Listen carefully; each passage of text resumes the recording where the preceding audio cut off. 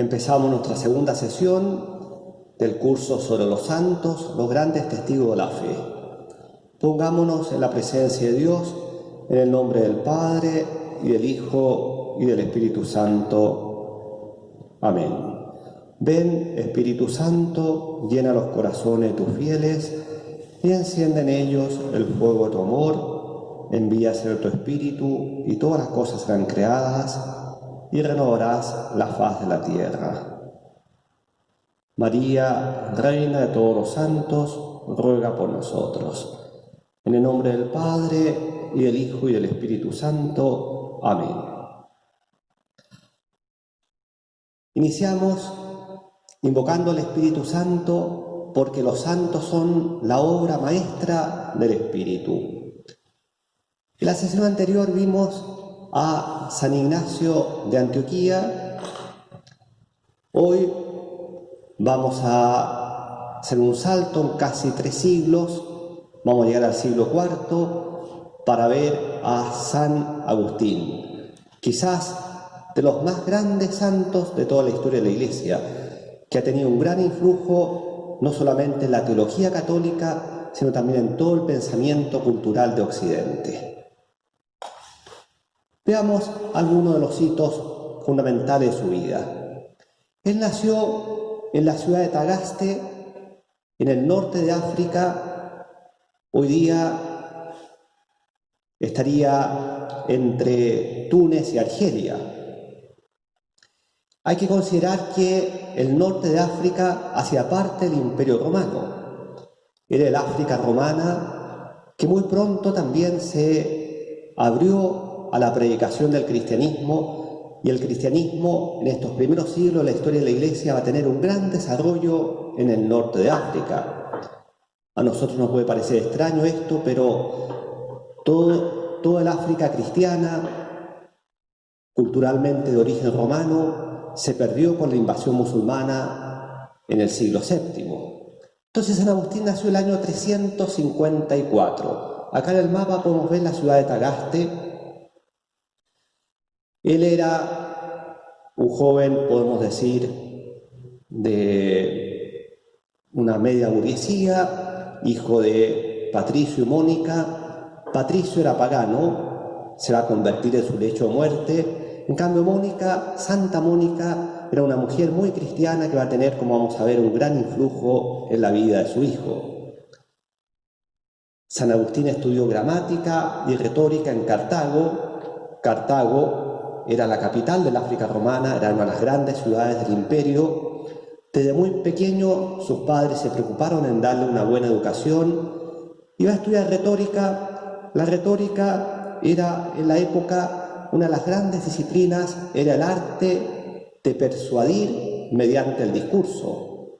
Era muy importante la retórica, por ejemplo, para los pleitos, los juicios, para la política. Era el arte del discurso, de convencer mediante un buen discurso. Podemos ver acá en la diapositiva las grandes fechas de San Agustín. Como les dije, había nacido el año 354, mediados del siglo IV. Vamos a ver después la historia de su conversión. Se va a bautizar el año 387, ordenado sacerdote en Hipona y luego obispo en la ciudad de Hipona, en el norte de África. Hipona queda muy cerca de su ciudad natal, Tagaste, y en la misma región de Cartago, que era la gran ciudad del Imperio Romano, en el norte de África. Veamos un poco el contexto histórico de la vida de San Agustín. Estamos en un contexto muy diverso al que veíamos en la clase anterior respecto de San Ignacio de Antioquía. San Ignacio de Antioquía habían sido los comienzos de la expansión de la Iglesia. Yo les dije cómo los 3 primeros siglos la Iglesia fue perseguida, fue la Iglesia de los mártires. A comienzos del siglo IV la situación cambia totalmente. El año 313 el emperador Constantino, mediante el famoso edicto de Milán, va a dar libertad a la Iglesia. A partir de entonces ya no es un peligro ser cristiano. Grandes masas se van a ir convirtiendo a la fe. El siglo IV, como decir, es un siglo de transición. El cristianismo adquiere libertad, muchos se convierten, pero todavía el paganismo está muy presente en la sociedad. El año 380, el emperador Teodosio, mediante el edicto de Tesalónica, va a hacer del cristianismo la religión oficial del imperio. No significa que todavía sean cristianos todos, pero sí va a tener un carácter de oficialidad el cristianismo en el imperio. Entonces, por estos años le tocó crecer a San Agustín. Cuando nace, hacía 40 años que el cristianismo había adquirido libertad. Todavía a comienzo del siglo IV había sido la última gran persecución con el emperador Diocleciano. Tenía 26 años cuando el cristianismo pasa a ser la religión del imperio. Bueno, el siglo IV y el siglo V va a ser la edad de oro de los padres de la Iglesia. Vamos a ver que San Agustín es de los grandes, quizás el más grande de los padres de la Iglesia. ¿Quiénes son los padres de la Iglesia? Los padres de la Iglesia tienen la particularidad de que eran a la vez obispos, es decir, pastores, eran grandes teólogos que con su doctrina han ayudado a comprender mucho mejor la fe y a la vez eran hombres santos, de una gran virtud personal y que han sido canonizados, obispos, teólogos y santos. Todo esto va a ser San Agustín, como vamos a ver. Va a ser obispo de Hipona, va a ser un gran teólogo y un gran santo. Los padres de la Iglesia, como les digo, hasta la época de oro, siglo IV, V, los padres de la Iglesia, como lo indica el término padres, ¿no? O sea, es tan grande la figura de estos hombres que han ejercido una verdadera paternidad espiritual sobre los siglos sucesivos del cristianismo. Esta época es también una época de controversias teológicas. Surgen herejías importantes, vamos a ver que van a estar presentes en la época de San Agustín, el arrianismo, el maniqueísmo. Es una época de gran debate teológico dentro de la Iglesia y a partir de ese debate en los grandes concilios se va definiendo el dogma que va a fijar de una vez para siempre las grandes verdades de la fe. Ahora, como les digo, es una época de transición, la Iglesia se desarrolla, se expande, pero todavía en muchos aspectos la sociedad es pagana, pero es también la época en que el imperio se empieza a disolver, al menos en Occidente. Hacia fines del siglo IV van a empezar las invasiones bárbaras en el imperio y, de hecho, el año 476, en el siglo V, 46 años después de la muerte de San Agustín, va a caer el imperio de Occidente por las invasiones de los bárbaros. Bueno, veamos ahora quizás lo más conocido de San Agustín y quizás también lo más hermoso para nosotros es su itinerario espiritual, su camino de conversión. Yo les dije que tenía una madre muy cristiana, Santa Mónica, y de hecho él fue educado en la fe cristiana por su madre, pero no fue bautizado. En la época, en el norte de África, no siempre se bautizaba a los niños de pequeños. Él estuvo en el catecumenado, pero no alcanzó a recibir el bautismo. Pues, sin embargo, cuando llega la edad de la adolescencia, como les pasaba a muchos y también les pasa hoy día, de alguna manera, atraído por las cosas de este mundo, se fue poco a poco alejando de la fe que había recibido de su madre. Probablemente el hecho de tener un padre pagano influyó también la educación, que todavía estaba bajo el influjo del paganismo. Poco a poco él se fue alejando de la fe. Pues, sin embargo, él va a contar después que siempre experimentó una atracción por la figura de Jesús. Él usa unas bellas palabras: habiendo bebido con la leche materna el amor al nombre del Señor. O sea, el influjo de su madre, Santa Mónica, ¿no? Acá lo veíamos en un cuadro famoso, ¿no? Agustín con su madre, están ambos como contemplando el cielo. Sigamos. Como les decía, la adolescencia se aleja de la fe, pero a los 19 años sucede algo muy importante que lo va a marcar. Él, en sus estudios de retórica, se encuentra con un libro de un filósofo, Cicerón. Era un filósofo pagano, no era cristiano, pero este libro, llamado El Hortensio, va a despertar en él el amor a la sabiduría, el amor a la verdad. Esto va a ser fundamental, porque San Agustín va a ser un gran buscador de la verdad. Entonces, él va a despertar este libro, el amor a la verdad, pero al mismo tiempo se va a dar cuenta que algo le falta, porque no encuentra el nombre de Cristo en ese libro. ¿Qué es lo que hace entonces?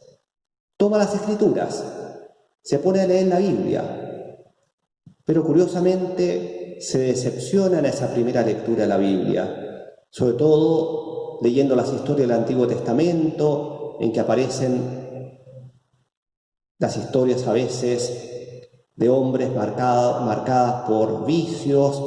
Encuentra que es algo indigno de Dios lo que lee en el Antiguo Testamento. Además, el mismo lenguaje, parece que la traducción de la Biblia que encontró no era la mejor. Él, que tenía un gran gusto por la filosofía, como que le desilusionó tanto el estilo de la Biblia como las enseñanzas que veía principalmente en el Antiguo Testamento. Pero a la vez, él necesitaba a Dios, amaba la figura de Jesús. Y aquí cayó en una secta, la secta de los maniqueos, que era una herejía, un grupo sectario, pero que tuvo bastante difusión en el siglo IV, que los maniqueos se presentaban como una religión racional. Es decir, le hablaban de Jesús, pero a la vez se presentaban con una especie de coraza científica. Bueno, y ahí va a estar Agustín 9 años metido en esta secta de los maniqueos. ¿Qué fue? Como les digo, le atrajo en un comienzo en esta secta el que a la vez le hablaran de Jesús, es decir, que le propusieran un camino religioso, pero con una apariencia racional. Y además, que va a haber otro detalle que no hemos dicho todavía. En esta época de la adolescencia, Agustín, atraído por las cosas del mundo, prontamente se va a alejar también de los mandamientos, y se va a colocar a convivir con una mujer, con la cual va a tener un hijo.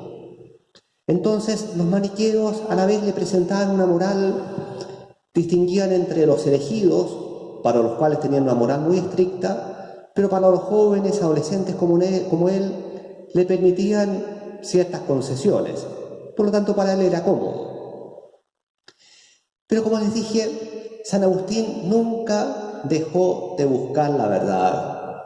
Y con el tiempo se fue desilusionando de los maniqueos.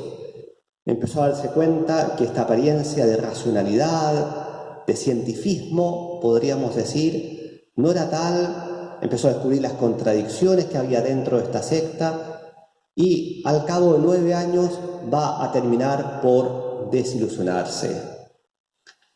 Bueno, estamos llegando ya casi a los 30 años de su vida.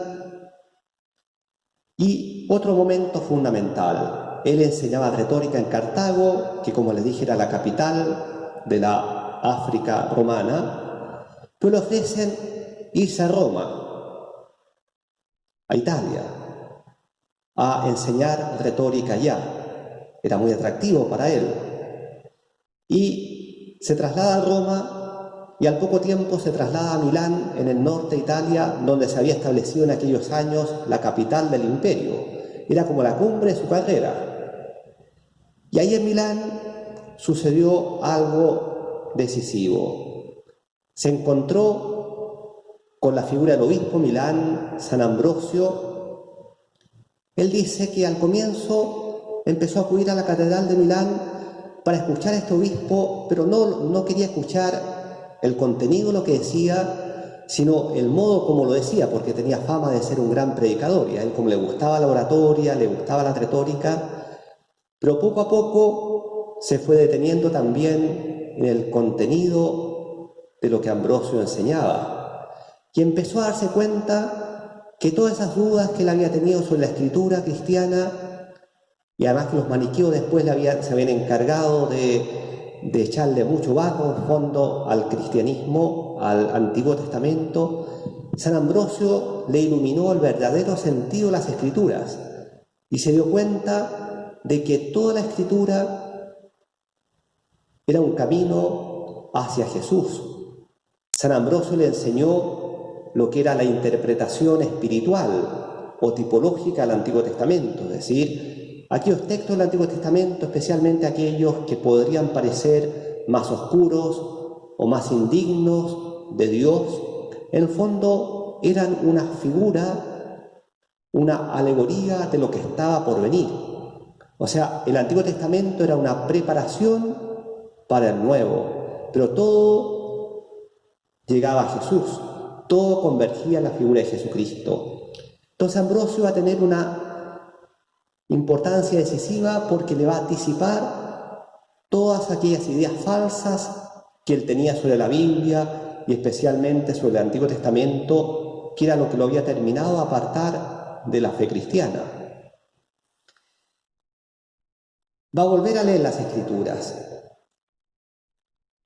En el fondo va a llegar el momento, estamos ya en los 30, 32 años de su vida, en que se le ha dejado los maniqueos, por una parte. Se le han disipado las dudas que tenía sobre la Biblia. En el fondo, nunca dejó de admirar la figura de Jesús. Un factor más que no hemos nombrado. Su madre, Santa Mónica, nunca dejó de rezar y de derramar lágrimas por su conversión. Santa Mónica también lo va a acompañar a Italia. Ella día y noche suplicaba, lloraba por la conversión de su hijo. Un día un obispo le dijo a Santa Mónica: es imposible que se pierda el hijo de tantas lágrimas. Qué bonito ejemplo para las madres cristianas, ¿no? La oración por la salvación de sus hijos. Bueno, entonces llega el momento en que San Agustín, en el fondo, está convencido de la verdad del cristianismo, pero no se atreve a dar el paso a la conversión. ¿Por qué? En el fondo, porque se da cuenta que convertirse significaba cambiar totalmente su estilo de vida. Y había un punto que lo detenía, que era el punto que no se imaginaba en una vida casta. En el fondo era el tema de la castidad. Entre tanto, él había dejado a la mujer con la cual convivía, le habían propuesto matrimonio, pero entre tanto se había puesto a convivir con otra mujer, y en ese punto él decía que no se sentía capaz de vivir la castidad.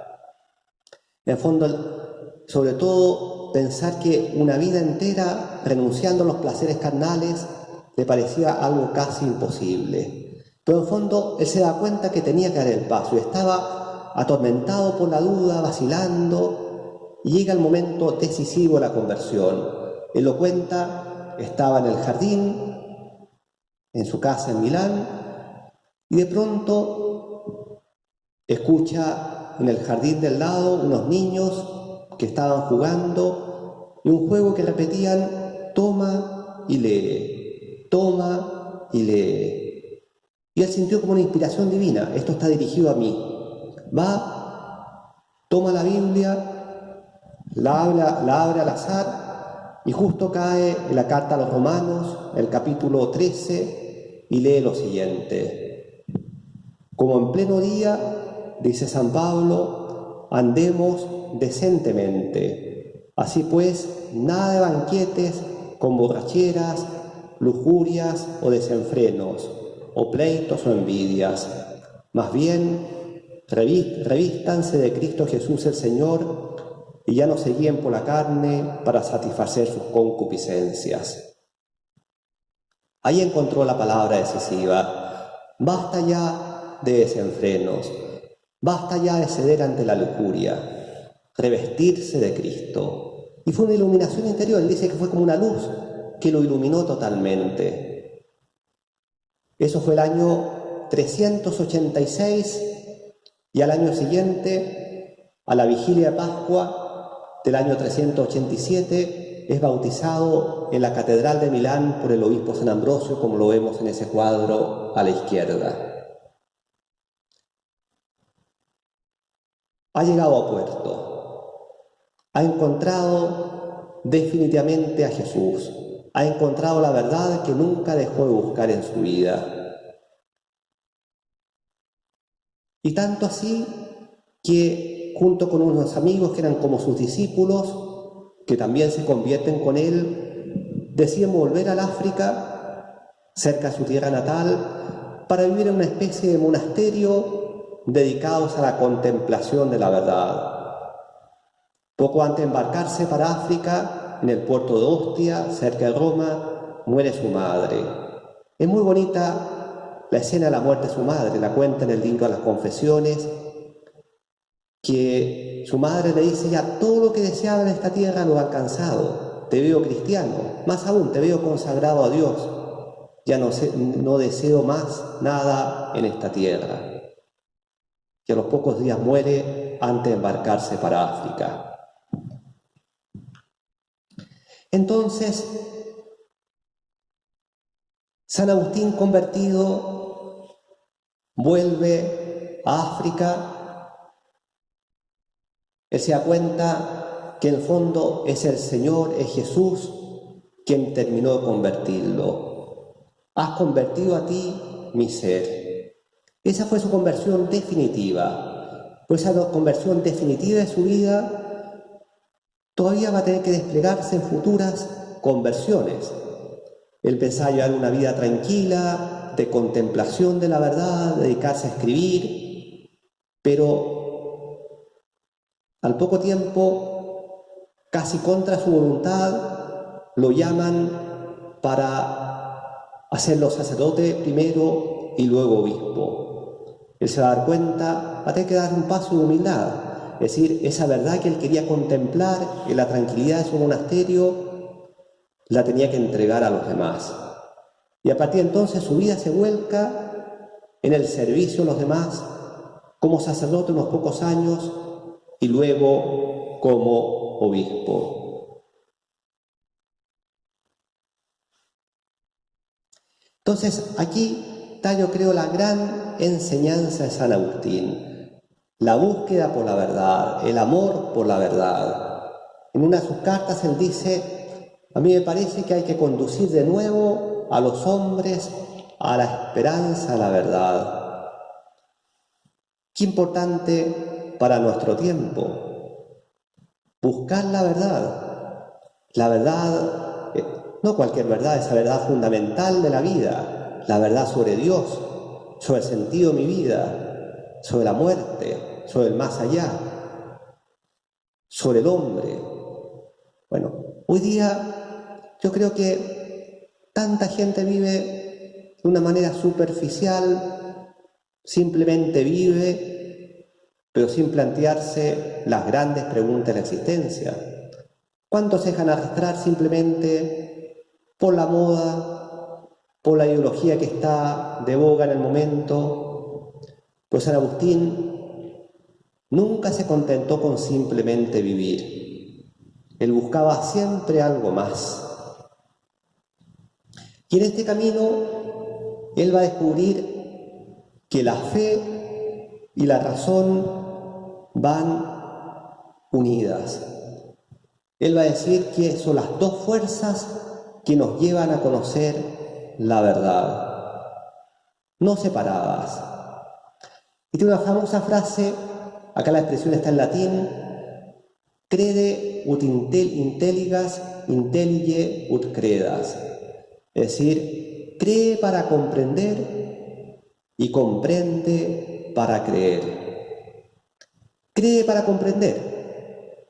El que tiene la luz de la fe se le abre todo un mundo nuevo, un mundo en el cual tiene que siempre avanzar, y ese mundo, esa luz de la fe le va iluminando nuevas realidades.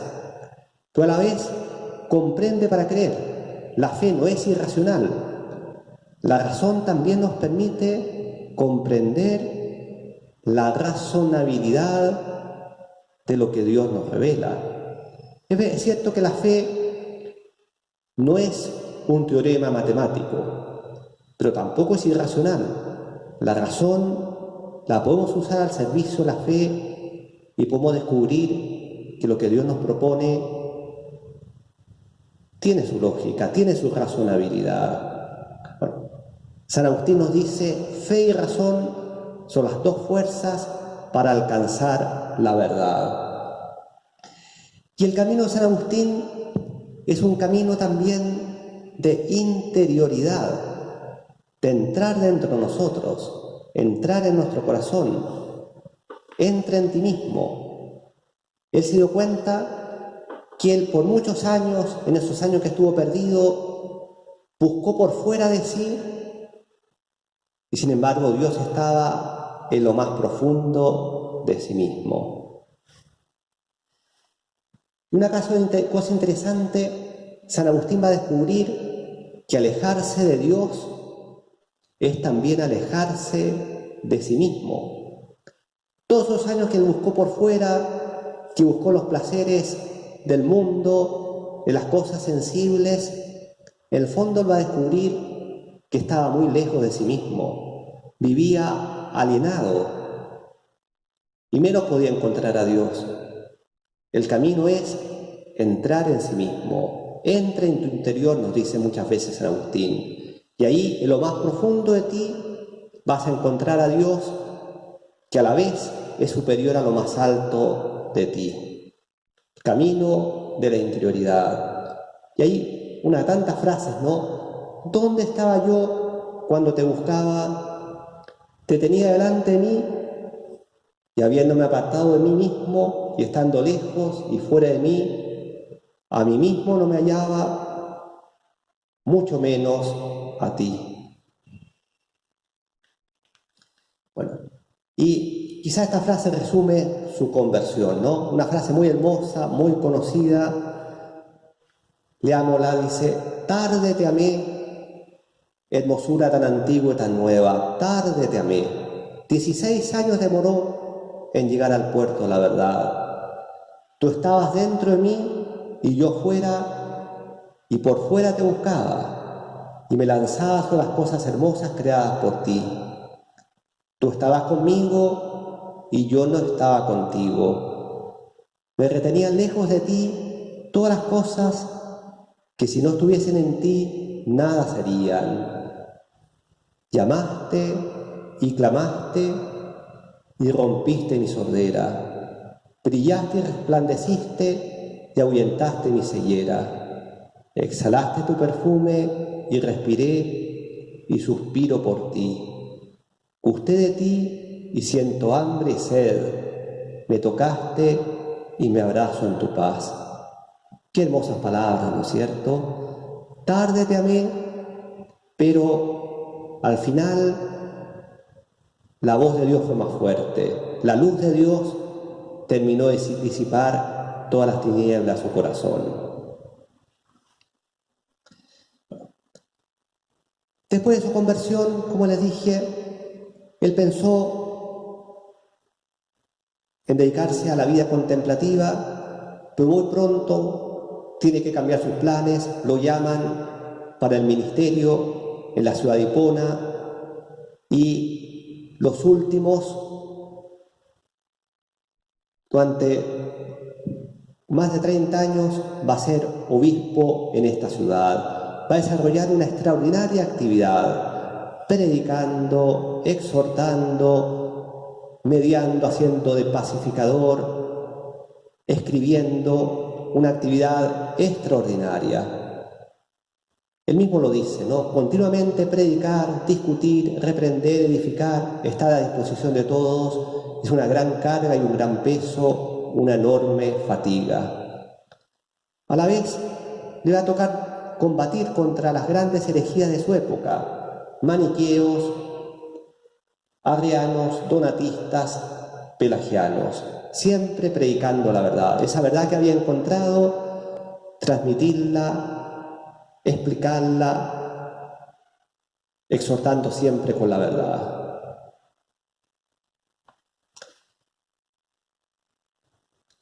Los últimos días de San Agustín fueron días difíciles, pero a la vez también que nos dejan una enseñanza muy bonita. La ciudad de Hipona estaba asediada por los vándalos. ¿Se acuerdan que les dije que en el siglo IV y el siglo V, con más fuerza, los bárbaros empiezan a invadir el imperio y los vándalos, era un pueblo bárbaro, por ahí viene la expresión del vandalismo, ¿no? Que donde pasaban, arrasaban con todo, quemaban, mataban, causaban solo dolor y desgracia. La ciudad de Hipona estaba asediada por los bárbaros, por los vándalos. Imagínense lo que significa. Bueno, San Agustín está al final de su vida, tiene 76 años, está acometido por la fiebre, él se da cuenta que le llega ya su última hora. Dice un biógrafo, las lágrimas eran, más que de costumbre, su pan de cada día. Lágrimas, ¿por qué? Porque se da cuenta que es un mundo que se está terminando. Todo ese mundo antiguo está llegando a su ocaso y por eso él dice, él va a hablar de la vejez del mundo. El mundo envejece, pero a la vez se da cuenta, está vislumbrando que nace un mundo nuevo. Dice, el mundo envejece, pero Cristo es siempre joven. No rechaces rejuvenecer con Cristo, incluso en un mundo envejecido. Esas palabras quizás las podemos aplicar a nuestro tiempo, ¿no? Bajo muchos aspectos estamos en un cambio de época. Hay muchas cosas que parecen que están pasando, pero Cristo es siempre nuevo. Cristo es la eterna juventud. Él hace nuevas todas las cosas. Él, San Agustín, se mantuvo en la brecha, no quiso abandonar a su rebaño. Estaría viejo, enfermo, pero él quiso permanecer. Y sus últimos días lo dedicó a la oración y a la penitencia. Una cosa muy bonita que se cuenta su primer biógrafo, que San Agustín, en el fondo, él dice, él se dio cuenta de que tenía que por mucho que se hubiera convertido al Señor, él tenía que prepararse de modo especial a la muerte, y él hizo que en su pieza, donde estaba postrado en su lecho, le colocaran en los grandes lienzos colgados de la pared los 7 salmos penitenciales de la Biblia para poder verlos bien y poder rezarlos. Y sus últimos días los dedicó a rezar estos salmos penitenciales, preparándose así para la partida definitiva. Bueno, San Agustín, como le dije al inicio, es quizás el más grande de los padres de la Iglesia. Es el más grande de los doctores del primer milenio. Él escribió muchos libros, muchas obras. La más conocida, Las Confesiones. Un libro muy hermoso en que él cuenta todo ese largo camino espiritual que lo llevó hasta Cristo.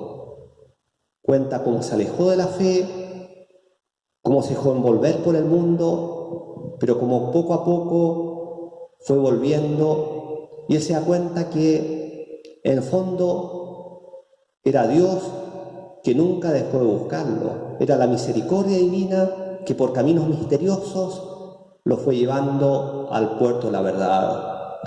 El libro de las confesiones, la palabra confesión no es solamente confesar sus pecados, que de hecho los confiesa en el libro, pero sobre todo es alabar la misericordia de Dios esa misericordia infinita que se manifestó en su vida, en esa vida muchas veces marcada por los desvaríos y la lejanía de Dios. Pero tiene muchos libros más. La ciudad de Dios, De Trinitate, las retractaciones.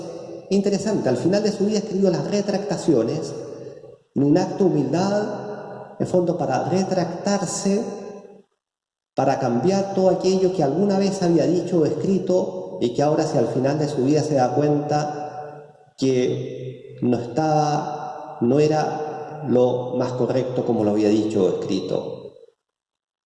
Se conservan de él más de 600 homilías.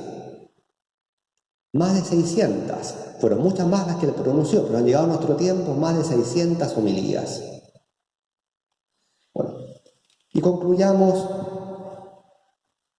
con esta frase tan conocida que está tomada del libro de las Confesiones.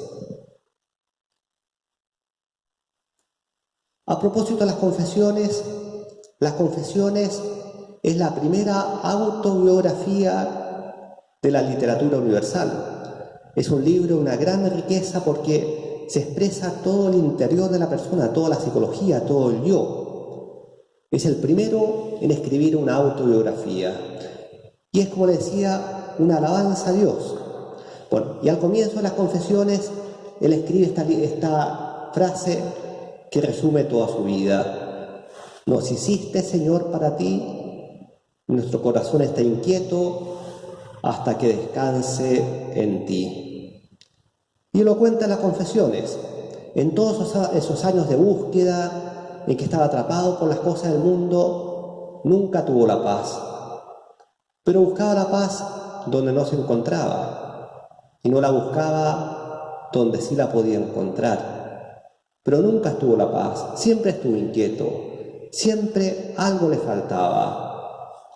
Hasta que llegó a puerto, hasta que descansó en Dios.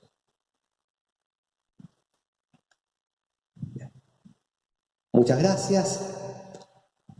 Al igual que la vez anterior, para el que quiera hacer una breve tarea de profundización, vamos a presentar inmediatamente, en pocos minutos más, un breve video explicando la tarea. Nos vemos el martes próximo para el próximo sábado.